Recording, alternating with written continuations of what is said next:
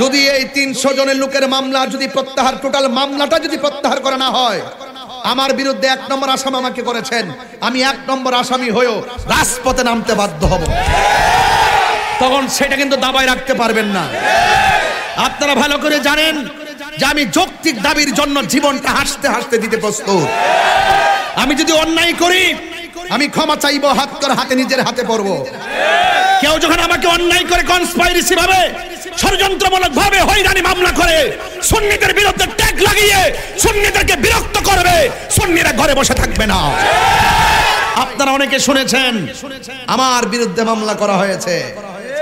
শুধু আমার বিরুদ্ধে একা নয়, আমাদের আখাউড়া এবং বিজয়নগরের প্রায় 300 লোকের উপরে সুন্নিদেরকে দেখে দেখে মামলা করা হয়েছে। তারা ঘরের মধ্যে ঘুমাতে পারছে না, তারা নিজের কাজ করতে পারছে না, পরিবারকে সময় দিতে পারছে না, দৈনন্দিন বাজার করতে পারছে না। অনর্থক যারা ষড়যন্ত্র করে এ আমাদের সুন্নিদেরকে মিথ্যা এবং হয়রানিমূলক মামলার ষড়যন্ত্র করছে। অনতি বিলম্বে এই মামলাকে প্রত্যাহার করতে হবে।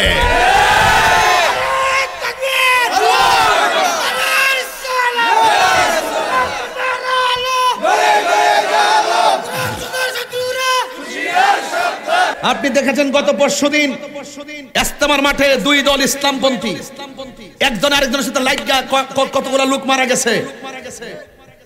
আমাদের ধর্মের উপদেষ্টা একই ঘরানার লোক, তো উনার তো উচিত ছিল অন্তত পক্ষে উভয়টা গ্রুপের সঙ্গে সমন্বয় করে একটা সমাধান করা। কথা বলেন ঠিক না বেঠিক? আমি মনে করি যে দায়িত্বে থাকবে, যে ক্ষমতা থাকবে তাকেই বলতে হবে, এটাই তো নিয়ম। শুধুমাত্র মত প্রকাশের নামই স্বাধীনতা নয়, দ্বিমত প্রকাশের নামও স্বাধীনতা। আপনি অন্যায় করলে অন্যায় বলতেই হবে, আমি অন্যায় করলে অন্যায় বলতেই হবে। আমি দেখলাম এতগুলো সুন্নিদের বিরুদ্ধে মামলা, এতগুলো মাজার আক্রমণ, উপদেষ্টাদের কোনো কথা নাই। আমার মনে হয় যদি এভাবে চলতে থাকে আর সুন্নিরা যদি খানকা থেকে রাজপথে বের হয়ে যায়, আরেকটা প্রতি বিপ্লব হবে বাংলাদেশে। কথা বলেন ঠিক না? ভয়েস অফ সুন্নাহ, সুন্নতের সত্যবাণী। আমার যুবক ভাইয়েরা, আমার মুরব্বী বাবারা, আপনারা জানেন এই পৃথিবী এমন একটা পৃথিবী যেখানে আসা যেমন তেমন থাকার কোনো গ্যারান্টি। আপনারা জবান খুলে বলুন আমাদের হায়াত এবং মওতের মালিক কে? এই আওয়াজে মানি না, জবানটা খুলে বলুন হায়াত এবং মওতের মালিক কে? বন্ধুরি, যারা এত গভীর রজনীতে মাহফিলে বসে আছেন, কেউ কথা বললে আমি ওয়াজটা সুন্দর করে গোছাতে পারবো না। আমার আল্লাহ ডাক দিয়ে বলে, পৃথিবীর মানুষ, আমি আল্লাহ তোমারে বানাইছি একমাত্র আমার গোলামি করার জন্যে। নামাজের মাধ্যমে যারা গোলামি হয়, রোজার মাধ্যমে তারা গোলামি হয়, যাকাতের মাধ্যমে তারা গোলামি হয়। কিন্তু একটা কথা মনে রাখবেন, হকের পথে থাকলে মানুষ আপনাকে তিরস্কার করতে পারে, হকের রাস্তা থাকলে মানুষ আপনাকে নিন্দা করতে পারে। জিহাদ করে হকের পথে যারা থাকবে তাদের উপরে রহমত দেওয়ার মালিক হলেন একজন। জবান খুলে বলেন তিনি কে? আল্লাহু ওয়ালিয়ুল্লাযীনা আমানু ইউখরিজুহুম মিনাজ যুলুমাতি ইলান নূর।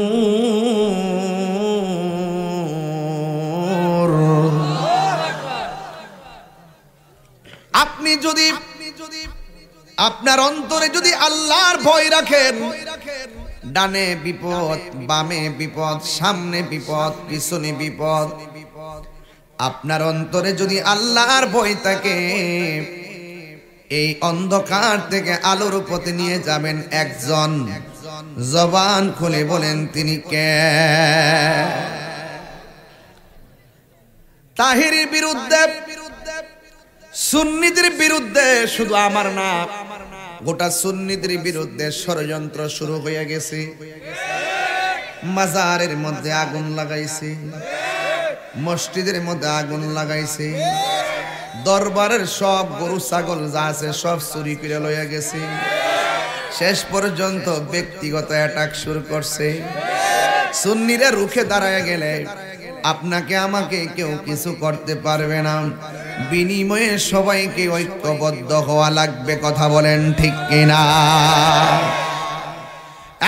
যুবক ভাইয়ের আমার, যে দান করে সে যেমন ঠকে না, যার উপরে জুলুম করা হয় সে ঠকে না, বরং জুলুম বাজ যারা, জালেম যারা, তারা ঠকে। মজলুম কোনদিন ঠকে না। কথা বল ঠিক কিনা?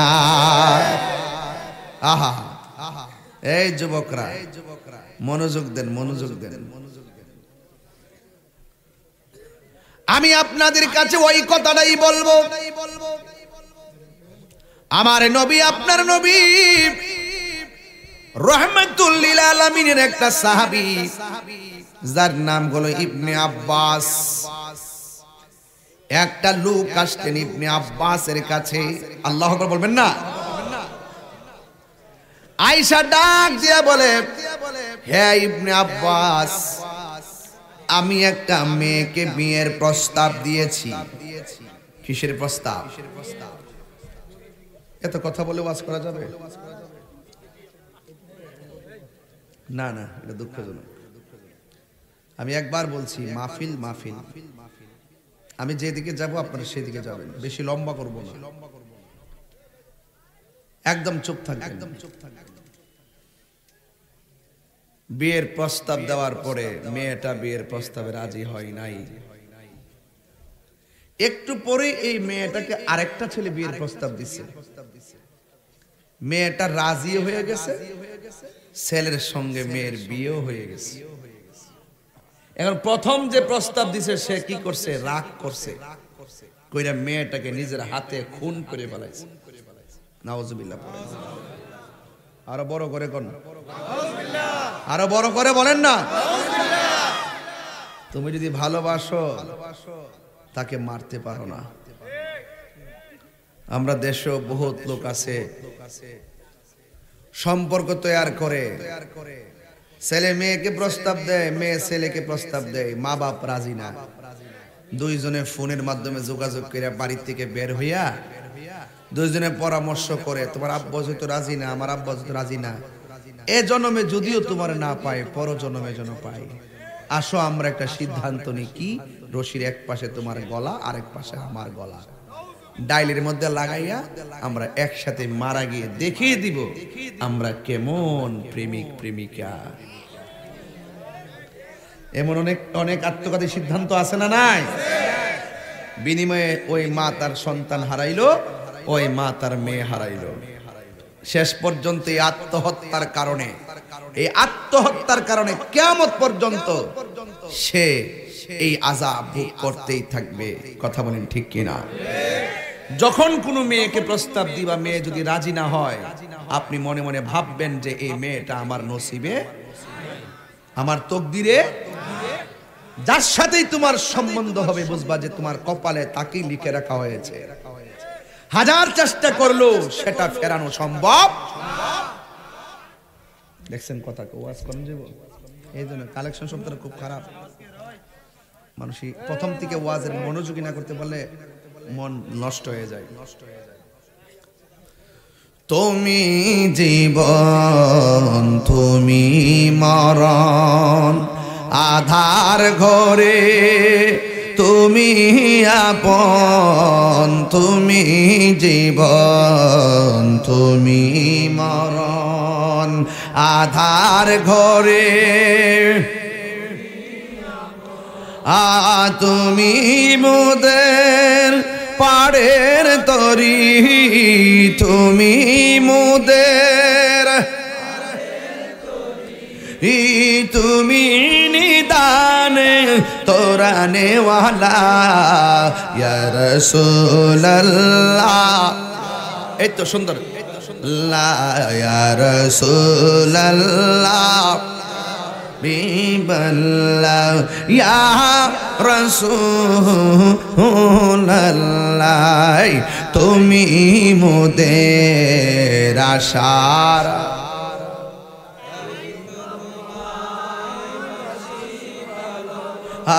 তুমি মোদের আশার আলো, তাই তো তোমায়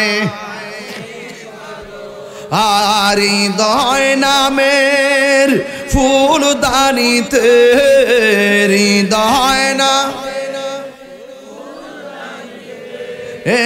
গেতে রেখেছি প্রেমের মালা ইয়া রাসূলুল্লাহ বল্লাহ ইয়া রাসূলুল্লাহ ইয়া হাবিবাল্লাহ ইয়া রাসূলুল্লাহ। একটা জবান বন্ধ রাখবেন না হায়াত এবং মৌতের মালিককে। হায়রে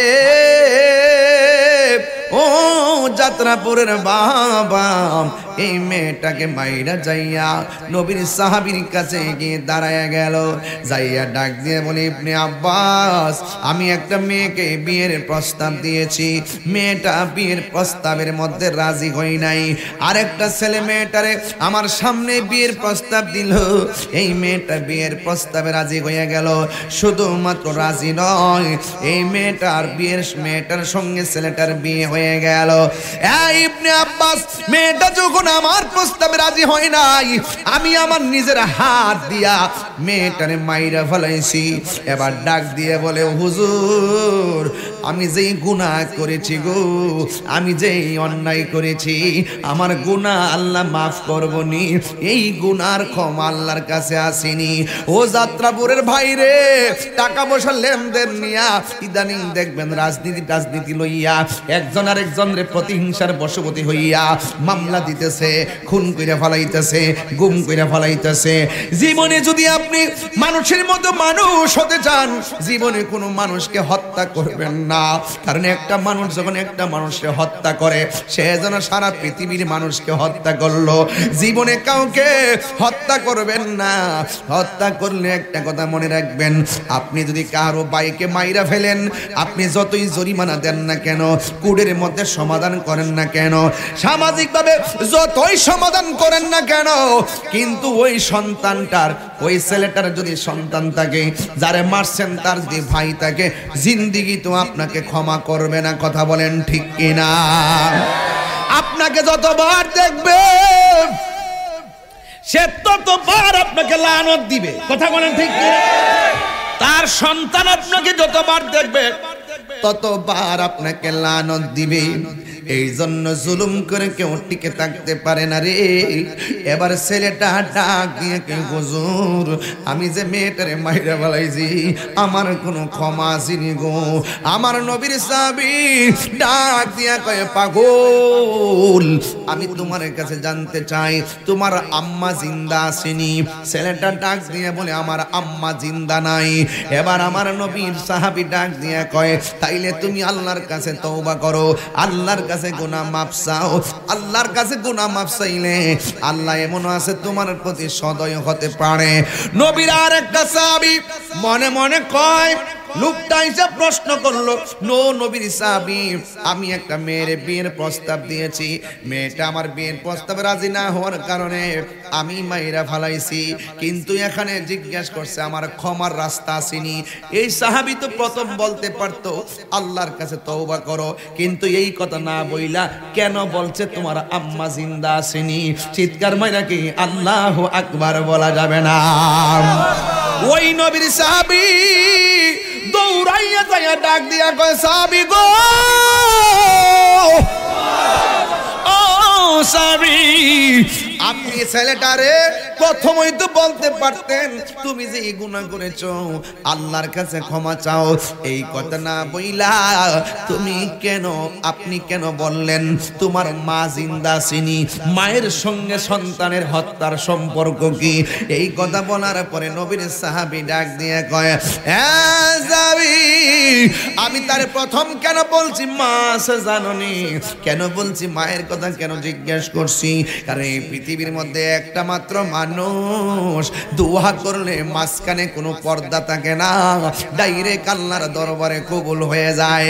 সে যে অন্যায়টা করছে এই অন্যায়টার জন্য যদি মায়ের কাছে যায় কয় আম্মা আমি এমন একটা গুনাহ করছি গো মা, ডানের মানুষ জানে না, বামের মানুষ জানে না, সামনের মানুষ জানে না, পিছনের মানুষ জানে না, যা কেউ জানে না, জবানটা খুলা কোন জানে কে? আরো মায়ার সুরে কন্যা জানে কে? আল্লাহ ও গো আল্লাহ ক্ষমা করে দাও, মাফ করে দাও, বলুন ক্ষমা করে দাও দাও। যতদিনে জীবন বিনা বাজিবে, যতদিনে জীবন বিনা বাজিবে, সুপথে চালাও, মাফ করে দাও, বলুন সুপথে চালাও, মাফ করে দাও। আল্লাহ ক্ষমা করে দাও, মাফ করে দাও, ক্ষমা করে দাও, মাফ করে দাও। এ যুবক গুনাহ মাফের মালিককে এই আওয়াজে মানি না, জবানটা খুলে বলুন গুনাহ মাফের মালিককে। ওই সাহাবী ডাক দিয়া বলে, হে সাহাবী আমি কেন তার মা জিন্দা আছে কিনা কেন জিজ্ঞাসা করছি? পৃথিবীর কারোর কাছে মনের কথা বলা যায় না, মায়ের কাছে যদি তার মনের কথাটা বলে, অপরাধটা স্বীকার করে, মা যদি বলে পুত্রে করলে কি, ওই মা যদি শেষ হয়ে যদি তাহাজ্জুদের নামাজের মধ্যে বৈশা যদি আল্লাহরে কয়, ও আল্লাহ ও যাত্রাপুরের বাবা, জবানটা খুলে বলো আল্লাহ, আরো মায়ার সুরে বলুন আল্লাহ, আরো মায়ার সুরে বলুন আল্লাহ। ও আল্লাহ আমার পোলা এমন একটা গুনাহ করছে, আপনারা জবান করে বলেন মায়ের দোয়া লাগে কি লাগে না? মায়ের বদদোয়াও লাগে কি লাগে না? এই জায়গার মধ্যে ওয়াজটার আরেকটা কথা কয় লাগবে। আমার নবী আপনার নবী গুরুস্থানের, এখানে গুরুস্থান আছে না, গুরুস্থানের মধ্যে আমার নবী গেছেন। আল্লাহ বলছে ওয়ামা ইয়াস্তাবিল আহিয়াউ ওয়ালাল আমওয়াত, যারা জিন্দা যারা মুর্দা এরা কোনোদিন এক হতে পারে না, যারা জিন্দা যারা মরা এরা কোনোদিন এক হতে পারে না। ইন্নাল্লাহা ইউসমিউ মাইয়াশা, যারা যাদেরকে আমার আল্লাহ তৌফিক দেয় এরা উপরে কবর উপরে থাকলেও কবর ভিতরে কি হয় না হয় দেখার ক্ষমতা আছে না নাই? আমার নবী রাহমাতুল লিল আলামিন এমন একজন পয়গম্বর যিনি তিনি উপরে থাকলেও কবর ভিতরে খবর নেওয়ার খবর আছে। আমার নবী একদিন গুরুস্থানের মধ্যে গেল, যাইয়া দেখতেছেন গুরুস্থানের মধ্যে যতগুলা লাশ দাফন করা হয়েছে প্রত্যেকটা লাশের পিঠের নিচে আমার আল্লাহ জান্নাতের গালিচা বিছায়া রেখে দিয়েছে। এই আওয়াজে মানি না, জবান খুলে কন্যা আল্লাহু আকবার। আমার নবী মুস্কি মুস্কি হাসলেন। আমার নবী ডাক দিয়ে কয় সাহাবীরা রে, এই গুরুস্থানটা নতুন হিসাবে প্রত্যেকটা লাশের নিচে আমার আল্লাহ জান্নাতের গালিচা বিছায়া রাখছি। দেখতে দেখতে নবী আমার আরেকটা কবরের পারে গেল, যাইয়া নবী চোখের পানি ফালায়া ফালায়া কান্না শুরু করলো। নবীর সাহাবীরা ডাক দিয়ে কয় নবী গো, আপনার হাসি দেখলে মনে শান্তি পায়, আপনার চোখে পানি দেখলে আমাদের হতাশার শেষ নাই। ইয়া রাসূলুল্লাহ সব কবর দেইকা আপনি মুস্কি মুস্কি হাসলেন, আর একটা কবর দেইকা কেন গো আপনি চোখের পানি ফালায়া ফালায়া কানলেন? আমার নবী ডাক দিয়ে কয় সাহাবীরা আমি নবী যাহা জানি তোমরা তা জানো না, আমি নবী যাহা দেখি তোমরা তা দেখো না, আমি নবী যাহা শুনি তোমরা তা শুনো না। আপনারা জবান খুলে বলুন আমার নবী মাটির উপরে, আমার নবী কবরের নিচে দেখার ক্ষমতা আছে না নাই? এটা কি মোল্লার কথা না আল্লাহর কথা? ইন্নাল্লাহা ইউসমিউ মাইয়াশা,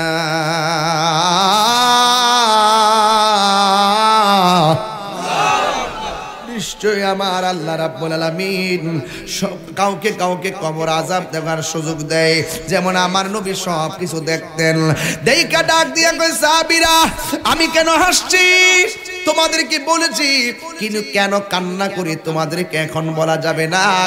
তাড়াতাড়ি বাজারের মধ্যে যাও, বাজারের মধ্যে যায় সুন্দর করে মাইকিং করে দাও যে এই গুরুস্থানের মধ্যে কার কার আপনজনের লাশ শুয়ানো হয়েছে। এই যাত্রাপুরের মানুষ, গুরুস্থানের ভিতরে আজ থেকে প্রায় 20 বছর আগে আপনার দাদারে শুয়াই দিয়েছেন, দাদার কবর ভাঙা ফইরা রইছে, কবরটা বিলীন হয়ে গেছে, এখন আর আগের কবর খুঁজে পাওয়া যায় না। মা কবরে শুয়ে আছে, মার কবরের পারে আমরা যাইতে পারি না।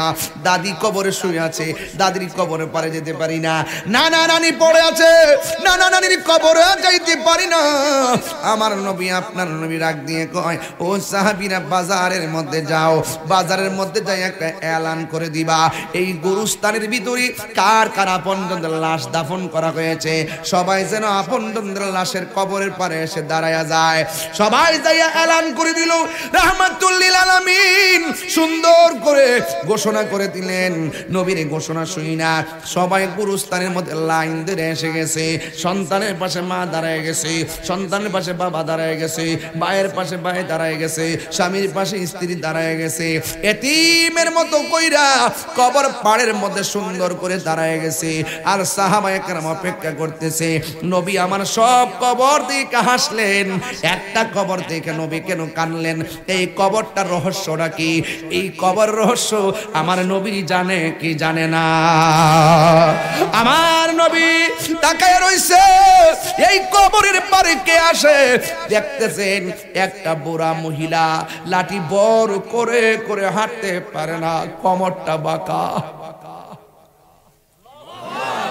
নবী আমার অর্ডার দিছে, নবীর কথা মানতে যাইয়া দৌড়াইয়া লাঠি বড় কইরা গুরুস্থানের ভিতরে যখন ঢুকে গেছে, ওই মুহূর্তে সাহাবায়ে কেরাম কয় ওই যে মহিলাটা ওই কবর পরে আসতেছে, যে এই কবরটা দেখা আমার নবী চোখের পানি ফেলে কান্না করেছেন। ইন দি মিন টাইমে মহিলাটা লাঠি বড় কইরা ওই কবরের পরে যখন দাঁড়াইছে, আমার নবী আপনার নবী রাহমাতুল লিল আলামিন ডাক দিয়া বলেন ইয়া রাসূলুল্লাহ ইয়া হাবিবাল্লাহ। ওই কবরের পরে মহিলাটা দাঁড়াইছে, সাহাবায়ে কেরাম বলে ইয়া রাসূলুল্লাহ ওই মহিলাটা কবরের পারে দাঁড়াইছে। আল্লাহর হাবিব মহিলাটাকে ডাক দিয়া বলে মা মা,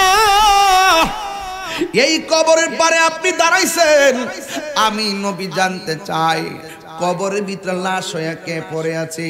ওই মহিলাটা চোখের পানি ফালায়া ফালায়া কান্দা গয়, ও নবী গো, এই সন্তানটা আমার সন্তান কবরে আছে। আমার নবী কয় মা আপনি জানেননি আপনার সন্তানটা কবরে কেমন আছে?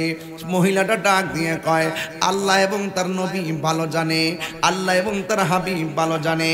আমার নবী ডাক দিয়ে বলে মা গো, ও মা, এই সন্তানটা কবরের ভিতরে জাহান্নামের বিছানার মধ্যে ছটফট করতেছে।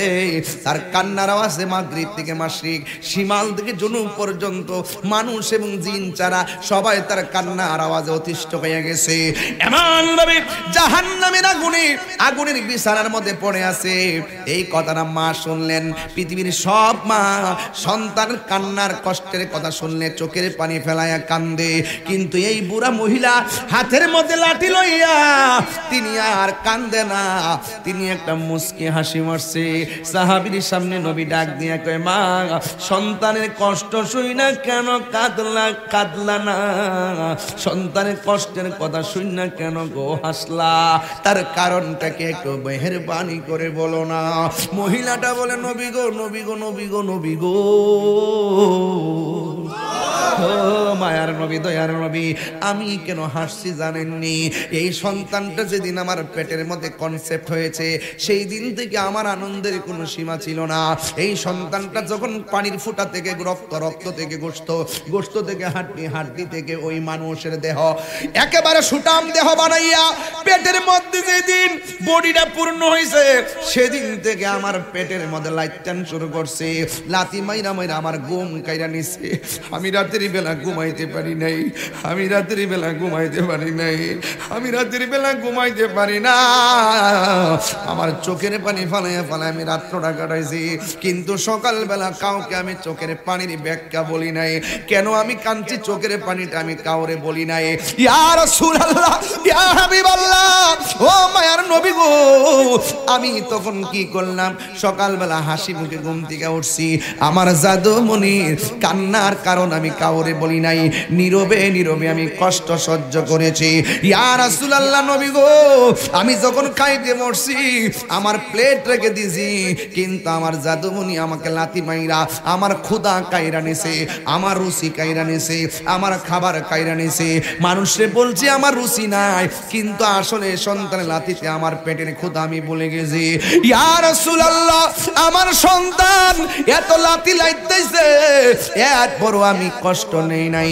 যেই দিন আমি ভূমিষ্ঠ করাইতে গেলাম, আমি যখন তখন প্রেগন্যান্সি ব্যথা পড়ে গেলাম, মনে হয়েছে এক একটা লাথি যেন আমার জীবন শেষ হয়ে গেছে। মানুষ আমার মাথার মধ্যে তেল দেয়, মাথার মধ্যে পানি দেয়। মানুষ আমারে কয়, আমি যখন সন্তানটারে ভূমিষ্ঠ করছি, সন্তানটারে যখন প্রসব করেছি, ওই মুহূর্তে আমি নাকি বেহুশ হয়ে গেছিলাম, এই জন্য আমি একবারে মৃত্যুর ঘাট থেকে আমি ফিরাইছি। কিন্তু শত হইল তো আমার জাদুমণি ডান দিকে প্রস্রাব করছে, আমি বাম দিকে নিলাম, বাম দিকে প্রস্রাব করছে, আমি বুকের উপরে রাখলাম, নিজের কাপড়টারে টুকরা টুকরা বানাইয়া তল বিছনা বানাইয়া আমার জাদুমণির আমি এমন ভাবে তিলে তিলে মানুষ করছি। নবী গো, আল্লাহ বলছে ইম্মা ইয়াবলুগান্না ইনদাকাল কিবারা আহাদুহুমা হুমা ওয়ালা তাকুল্লাহুমা উফফি ওয়ালা তানহারহুমা ওয়া কুল্লাহুমা কাওলান কারীমা। আল্লাহ বলছে মা বাপ যদি বুড়াও হইয়া যায়, তার লোকে গেবাড়ি থেকে কথা কইও না। শুধুমাত্র মা বাপ যতদিন রুজি করে ততদিন পর্যন্ত মা বাপরে অনেক সন্তান মানে। যেই মাত্র মা বাপটা বেকার হইয়া যায়, যেই মাত্র মা বাপটা বুড়া হইয়া যায়, যেই মাত্র মা বাপটা হাত পা লড়াইতে পারে না, ওই মুহূর্তে মা উপহাসের পাত্র হয়ে যায়। সন্তান রুজি করে তার গেটআপটা বাইরে যায়, আল্লাহ সহ্য করবে না। কথা বলেন ঠিক কিনা? ওই মা ডাক দিয়ে কই, ও ইয়া রাসূলুল্লাহ নবী গো, ও মায়ার নবী, আমার সন্তানটা আমি তিনে তিনে বড় করছি। তিনে তিনে বড় করার পরে আমার সন্তানটারে যখন আমি বড় করলাম, আমি বেকার হয়ে গেলাম। আগের মতো আমি হাঁটতে পারি না, আগের মতো আমি চলতে পারি না, কিন্তু আমার সন্তান আমার খবর লয় না। এত যে আমি বুঝাইলাম, এরপর আমার সন্তানটা আমার খবর লয় না। ও নবী, এমন ভাবে আমার কষ্ট দিতে দিতে একেবারে দেয়ালের মধ্যে পিঠটা লাগাইয়া বানাইছে। মা বাপ সন্তানটা ফারতে বদদুয়া দেয় না রে। দেয়ালের মধ্যে কষ্টের স্টিম রুলার ছাপাইয়া দিলে মা বদদুয়া দেয়। এই বদদুয়া দিলে হাত তোলা লাগে না। যদি কই উফ ফুত করলে কি এসপি ফকির হয়ে যাবে, ডিসি ফকির হয়ে যাবে, হুজুর ফকির হয়ে যাবে, ও পুত্রে করলে কি হাতটা তোলা লাগবে না, জীবন ধ্বংস হয়ে যাবে। এই বাপটারে যে দমক মারো, এই বাপটা খালি পকেটে বহুতবার বাজারে গেছে, কোথায় থেকে টাকাটা আনছে, কেমনে বাজার কইরা ফাস্টা ফুলার জিব্বার ভাল চায়া চায়া বাজার কইরা কইরা খাওয়ানটা খাওয়াইছে। এই বাপটার কষ্টগুলার মূল্য তুমি দিতে পারবা না রে বাবা। এই জন্য বাপটা এমন একটা বদগাছ, কি দিয়ে ওয়াজ বুঝাইতাম। ওই বাপটা যার চইলা গেছে সে জানে বাপার বেতা কত। কথা বলেন ঠিক কিনা? বাবা গো, বাবা, একটু সাউন্ডটা তুলে দেন বাবা। বাবা গো, বাবা, বাবা গো, বাবা, বাবা গো, বাবা, বাবা তুমি কেমন আছো ছোট মাটির ঘরে? তোমার কথারি দই মাঝে পড়ছে বারে বারে। বাবা গো, বাবা, বাবা গো, বাবাই কত আদর কত স্নেহ তোমার কাছে পেলাম, সব কিছু হারিয়ে আজকে নিঃস্ব হয়ে গেলাম। বুকটা যে যাইছি রে তোমার কথারি দহে মাঝে পড়ছে বারে বারে, তোমার কথারি দহে মাঝে পড়ছে বারে বারে। বাবা গো বাবা, বাবা গো ও বাবা, দরজাটা খুলতে খে যাই ধোকা, মা বুঝি বলছে এলে নাকি খোকা। বুকের ভেতরটা নড়ে চড়ে উঠে, চোখ বেয়ে জল নেমে আসে, শুধু মানে শুধু মানে শুধু মানে শুধু মানে। এই সেই ঘর, এই সেই খাট, বিছানার পাশে আছে পানের বাটা, চশমাটা পড়ে আছে পাশে, শুধু মানে শুধু মাই। জানি ফিরে পাবো না হারানো তিথি, বাবা শুধু তাহিরির প্রেমে বাঁধা স্মৃতি। বুকের ভেতরটা নড়ে চড়ে ওঠে, চোখে বেয়ে জল নেমে আসে, শুধু মানে শুধু মানে শুধু মানে শুধু মানে। একটা জবানও বন্ধ রাখবেন না, চিৎকার মেরে কন্যা আল্লাহু আকবার। মা ডাক দিয়ে নবী গো, আমার পোলা যখন আমার কষ্ট দিয়েছে, আমি দুইটা হাত আল্লাহর কাছে অসহ্য হয়ে বাড়াইয়া দিয়েছি। আল্লাহ আমার পোলা আমারে কষ্ট দিছে, তুমিও তারে কবরের মধ্যে কষ্ট দিও। আমার আল্লাহ যে আমার দোয়াটা কবুল করছে, এই জন্য আমি হাসতেছি। আমার আল্লাহ যে পাগলনির দোয়াটা কবুল করছে, কথা গণ ঠিক কিনা? আমি যে বদদুয়া দিছি, আল্লাহ যে শুনছে, শূন্য যে শাস্তি দিতেছে, আল্লাহ যে আমি পাগলনির কথাটা শুনছে, আমার মতো আনন্দিত আর কেউ নাই। ও বন্ধু বন্ধু বন্ধু রে, মায়ের প্রতি সন্তানের ভালোবাসা আর উম্মতের প্রতি নবীর ভালোবাসার পার্থক্য আছে না নাই? আমার নবী তো দেখতেছে উম্মতে কাঁদতেছে, ওই মুহূর্তে আমার নবী মায়া লেগে গেছে। আমার নবী আল্লাহরে ডাক দিয়ে কই, আল্লাহ ও আল্লাহ, মা বদদুয়া দিছে তুমি কবুল করছো, এই সন্তানটা যে কবরের মধ্যে আযাবে আছে, একটা বার শুধুমাত্র কবরের উপরে সামিয়ানাগুলা সরাইয়া দাও, সরাইয়া সন্তানটার কষ্টটা দেখাইয়া দাও। নবীর মতন মুস্তাজিবুদ দাওয়া পৃথিবীর কেউ নাই। নবী যদি বলে আল্লাহ দাও, আল্লাহ দেয়।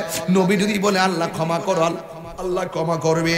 নবী যেই মাত্র বলছে ও আল্লাহ তুমি কবরের দাসালিগুলো উড়াইয়া দাও, কবরটা আলোক করে দাও, মহিলাটা যেন তার সন্তানটারে দেখে। ও বন্ধু বন্ধু, এবার নবী বলতে দেরি, কবর উপরে সানিগুলা সরে গেছে। মা তাকাইয়া দেখে সন্তানটা কবরের ভিতরে একটা সিল্লি মারে রে, এমন ভাবে চিৎকার মারে, এই কান্নার আওয়াজটা মার কানের মধ্যে আসতে দেরি, ওই মা হাজার জন্মের ব্যথা বইলা আমার আল্লাহর একটা ডাক মারছে। জোরে জোরে কি আল্লাহু আকবার বলা যাবে না? আর মহিলাটা ডাক দিয়ে কি, আল্লাহ আমার জাদুমণি আমারে কষ্ট দিছে, আমি সহ্য করতে না পাইরা বদদুয়া দিছি, তুমি কবুল কইরা যে এমন ভাবে তার শাস্তি দিবা আমি জীবনেও কল্পনা করি নাই। আমার জাদুমণিরে যে এমন ভাবে তুমি কষ্ট দিবা আমি ভাবি নাই। ও আল্লাহ আমার সন্তানটারে তুমি মাফ করে দাও। আমি যেই কথাটা বুঝাইতাম চাইছিলাম আপনাদেরকে, যে পৃথিবীতে যত সন্তান মারে কষ্ট দেখ না কেন, সন্তান যদি মার পায়ে ধরে বলে আম্মা গো আমি ভুল করছি আর তোমার কষ্ট দিতাম না, জনম জনম যত কষ্ট সব মা দুঃখিনী সেকেন্ডে ভুলে যায়। কেন জানেননি? কারণ হাদিসের মধ্যে মার কথা বলছে আল্লাহ রসুল 3 বার, বাবার কথা বলছে 1 বার, আর প্রতিবেশীর কথা বলছে 1 বার। মা মা মা মা মমতার চাদর। এই জন্যই আমি প্রায় মাহফিলে বলি মা গো তোমার মতো লই না কেহ, আমায় কোলে টানি মা গো তো লই না কেহ, আমায় কোলে টানি, আঁচল দিয়ে মোচে না কে, আঁচল দিয়ে মোচে না কেউ আমার চোখের পানি, হায়রে মা জননী আমার। সবাই মহব্বতে বলেন হায়রে মা জননী আমার, হায়রে মা জননী। এই যুবক আজকে বাড়িতে যাওয়ার পরে মাকে সালাম করে বলবো আম্মা জীবনে যত কষ্ট দিছি মেহেরবানি করে যাত্রাপুর মাহফিল থেকে নিয়ত করেছি আর কোনোদিন আপনাকে কষ্ট দিব না। যুবক বাড়িতে যাইয়া ফজর আজানটা হওয়ার পর মোবাইল চালায় চালায় ঘুমাইও না, ফজরের নামাজটা পড়া ঘুমায়া যাইবা, চলন্ত পথে থাকলে গাড়ির মধ্যে নামাজটা পড়া ফেলাইবা, নামাজ জন্মা গেলে ঘরের মধ্যে যাইয়া নামাজগুলো ঠিক মতো পড়া ফেলাইবা। ওয়াজ শুনলে লাভ হবে না, ওয়াজটা আমল করা লাগবে। কেউ যদি কোরআনের বিরুদ্ধে কথা বলে, কেউ যদি নবীর বিরুদ্ধে কথা বলে, আর আপনি যদি চুপ করে ঘরের মধ্যে বসে থাকেন, আপনি হবেন বোবা শয়তান। আপনাকে প্রতিবাদ করতে হবে, এটার নাম হলো ঈমান। ঠিক কিনা? হাত তোলা বলো ঠিক কিনা?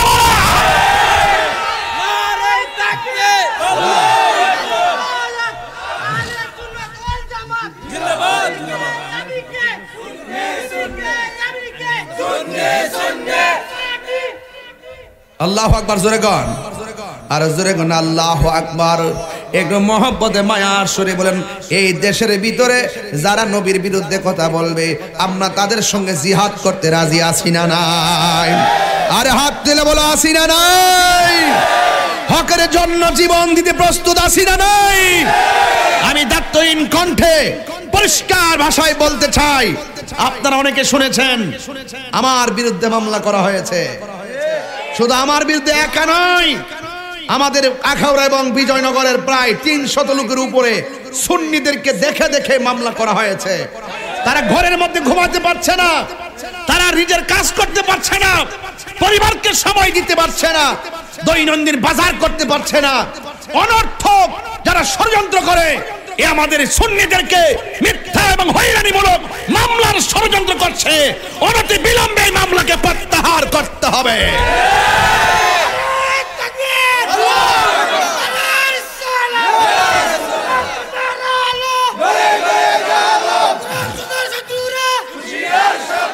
ভাইয়ের আমার, আমি পরিষ্কার ভাষায় বলতে চাই, আমার ব্যাপারে ব্যানার নিয়ে নিয়ে রাজপথে আন্দোলন চলতেছে। চট্টগ্রাম থেকে শুরু করে প্রত্যেক জায়গায় জায়গায় কি আন্দোলন বাড়তেছে না কমতেছে? এখনো পর্যন্ত মিডিয়াগুলো নীরব, মিডিয়াগুলো এখনো স্বাধীন হতে পারে নাই, প্রশাসন এখনো স্বাধীন হতে পারে নাই। আপনারা আরেকজনের কথা শুনে দেশের আইনকে কলঙ্কিত করবেন না, হলুদ পাতার সাংবাদিকতা করবেন না। আমার ব্যাপারে শুভাকাঙ্ক্ষী হয়ে অনেক জায়গা জায়গা প্রতিবাদ হচ্ছে। আমি বলবো তাড়াতাড়ি মামলাটা প্রত্যাহার করুন। আমার যাই হোক না হোক, কিন্তু আমার 300 ভাইয়ের নামে যে মামলা করে ঘর থেকে বের করা হয়েছে এবং বিজয়নগরের প্রায় 6-7 জনকে ধরে নেওয়া হয়েছে, তাদেরকে তাড়াতাড়ি মুক্ত দিতে হবে এবং পুরো মামলা প্রত্যাহার করতে হবে। যদি এই 300 জনের লোকের মামলা যদি প্রত্যাহার, টোটাল মামলাটা যদি প্রত্যাহার করা না হয়, আমার বিরুদ্ধে 1 নম্বর আসামি আমাকে করেছেন, আমি 1 নম্বর আসামি হয়েও রাজপথে নামতে বাধ্য হব। তখন সেটা কিন্তু দাবায় রাখতে পারবেন না। আপনারা ভালো করে জানেন যে আমি যৌক্তিক দাবির জন্য জীবনটা হাসতে হাসতে দিতে প্রস্তুত। আমি যদি অন্যায় করি আমি ক্ষমা চাইবো, হাত করে হাতে নিজের হাতে পড়বো। কেউ যখন আমাকে অন্যায় করে কনস্পাইরেসি ভাবে ষড়যন্ত্রমূলক ভাবে হয়রানি মামলা করে সুন্নিদের বিরুদ্ধে ট্যাগ লাগিয়ে সুন্নিদেরকে বিরক্ত করবে, সুন্নিরা ঘরে বসে থাকবে না। ঠিক কিনা বলেন? কেউ ঘরে বসে থাকবে না।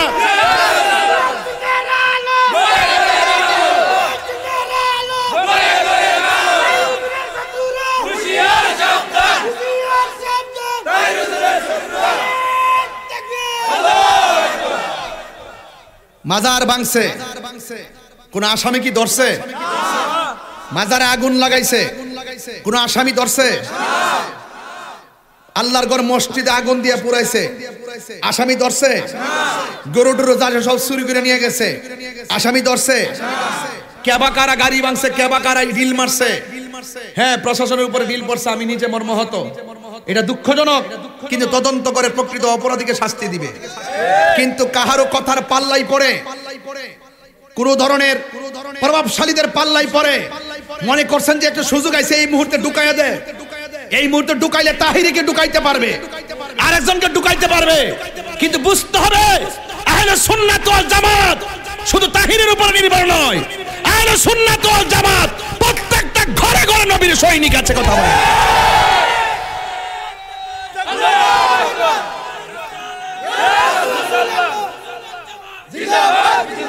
দখলদারিত্বের তাণ্ডব লীলা বন্ধ করতে হবে, মামলা বাণিজ্য বন্ধ করতে হবে।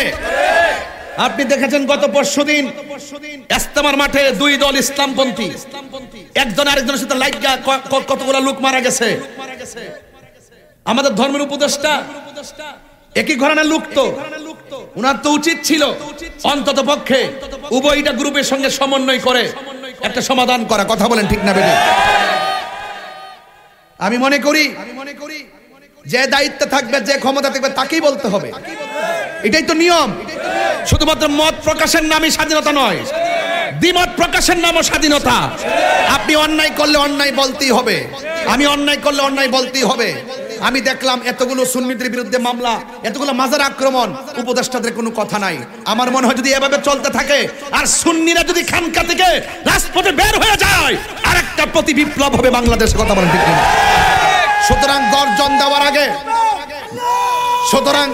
সুতরাং মাঠে নামার আগে সব সমাধান করেন। আমরা বিগত দিনে এমন কাজ করি নাই যে আমাদেরকে মামলা দিতে পারে। কথা বলেন ঠিক কিনা? আমরা কোন দলের দালালি করি নাই। আমরা দেখি যে যারা নবীর প্রেমিক, যারা নবীর আশিক, আমরা তাদেরকে ভালোবাসি। কথা বলেন ঠিক কিনা? আরো বড় করে বলেন ঠিক কিনা বলেন। আমার ভাইয়েরা আজকে থেকে ওয়াদা করবেন সত্যের জন্য, হকের জন্য জীবন দিতে চাই কি চাই না? আরো জোরে বল, চাই কি চাই না? ভাইয়েরা আমার, আজকে এই মাহফিল এমনও হতে পারে তাহার জন্য জীবনের শেষ মাহফিল। কথা বলেন, মনে থাকবে সুন্নিরা এক থাকবেন, সবাই ঐক্যবদ্ধ থাকবেন। শুধু পারি না আপনাদের কারণে, আপনারা যেভাবে ওয়াজে আসেন রাজপথে পাওয়া যায় না। আপনারা কোনো না কোনো দলে ঢুকে যান, কোনো না কোনো দলে আর ঢুকবেন না, সুন্নির দলে থাকবেন। সুন্নির প্রার্থী যে হবে তার পাশে থাকবেন। আমরা সুন্নি জন এক হয়ে যাব, বাংলাদেশের সবাই আমাদের পা ধরতে বাধ্য হবে। শুধু পারি না আপনাদের কারণে, আপনারা সিদ্ধান্ত নিতে পারেন না। কোনো না কোনো দলে ঢুকে যান, এগুলো বন্ধ করেন। এতগুলো মাজার, ওলি আল্লাহর মাজার আক্রমণ করলে ওলি আল্লাহ কি শুধু আমার বাপের একলা? আপনার গায়ে কি লাগে না? তা আপনি কি বুঝেন না যে এটা একটা ষড়যন্ত্র চলতেছে? বুঝেন না এগুলো? এগুলো বুঝা চলবেন। আল্লাহ যেন আমাদের সকলকে নবীর পক্ষে থাকার তৌফিক দান করে। আমিন কোন, আরো জোরে কোন আমিন, আরো বড় করে আমিন। একটু জিকির করব, জিকির হবে কার? আরো বড় করে, আরো বড় করে জিকির আল্লাহর করব ইনশাআল্লাহ। একটু মহব্বতে, প্রাঞ্জল ভাষায় একটু মহব্বতে জিকির করেন। আল্লাহ আল্লাহ, একদম মহব্বতে বলতে হবে, মহব্বতে মহব্বতে। আল্লাহ আল্লাহ আল্লাহ আল্লাহ মাবুদ মাওলা রে ডাকি আমরা তোমারে ও মাবুদ মাওলা রে ডাকি আমরা তোমারে ইয়া আল্লাহ আজকের মাহফিল কবুল করো গো আজকের মাহফিল কবুল করো গো তোমার রহমান নামের খাতিরে ইয়া আল্লাহ আল্লাহ মাবুদ মাওলা রে ডাকি আমরা তোমারে ও মাবুদ মাওলা রে ডাকি আমরা তোমারে ইয়া আল্লাহ আল্লাহ আল্লাহ আল্লাহ আল্লাহ আল্লাহ আল্লাহ আল্লাহ আল্লাহ আল্লাহ আল্লাহ আজকের জিকির কবুল করো গো আজকের জিকির কবুল করো গো তোমার রহমান নামের খাতিরে ইয়া আল্লাহ আল্লাহ আল্লাহ আল্লাহ আল্লাহ মাবুদ মাওলা রে ডাকি আমরা তোমারে ও মাবুদ মাওলা রে ডাকি আমরা তোমারে ইয়া আল্লাহ আল্লাহ আল্লাহ আল্লাহ আল্লাহ আল্লাহ তুমি মেঘের বানগো নবীজি তুমি মেঘের বাগান ও নবীজি তুমি মেঘের বাগান আল্লাহ নয়নে একবার দেখিলে নয়নে একবার দেখিলে জুরাইতাম পরাণ ও নবীজি তুমি মেঘের বাগান আল্লাহ আমরা সবাই অদম পাপী তুমি দয়া বাংলা আমরা সবাই অদম পাপী তুমি দয়া বাংলান দয়া করে পার করিও হাসরের ময়দান ও নবীজি তুমি মেঘের বাগান আল্লাহ আল্লাহ তুমি মেঘের বানগো নবীজি তুমি মেঘের বাগান ও নবীজি তুমি মেঘের বাগান মাশাআল্লাহ আল্লাহ আল্লাহ কত কষ্ট করলেন নবীজি উহুদের ময়দান কত কষ্ট করলেন নবীজি উহুদের ময়দান দোয়ান্ত মুবারক শহীদ করলো দোয়ান্ত মুবারক শহীদ করলো হাসরের ময়দান ও নবীজি তুমি মেঘের বাগান পাগল মন একবার আর ভাবলি না রে তোর হইব রে মহরওয়ান আল্লাহ তুই মরিল সঙ্গের সাথী পাইবি না এক যৌবন পাগল মন মাশাআল্লাহ একবার আর ভাবলি না রে তোর হইব রে মর লা ইলাহা ইল্লাল্লাহু মুহাম্মাদুর রাসূলুল্লাহ।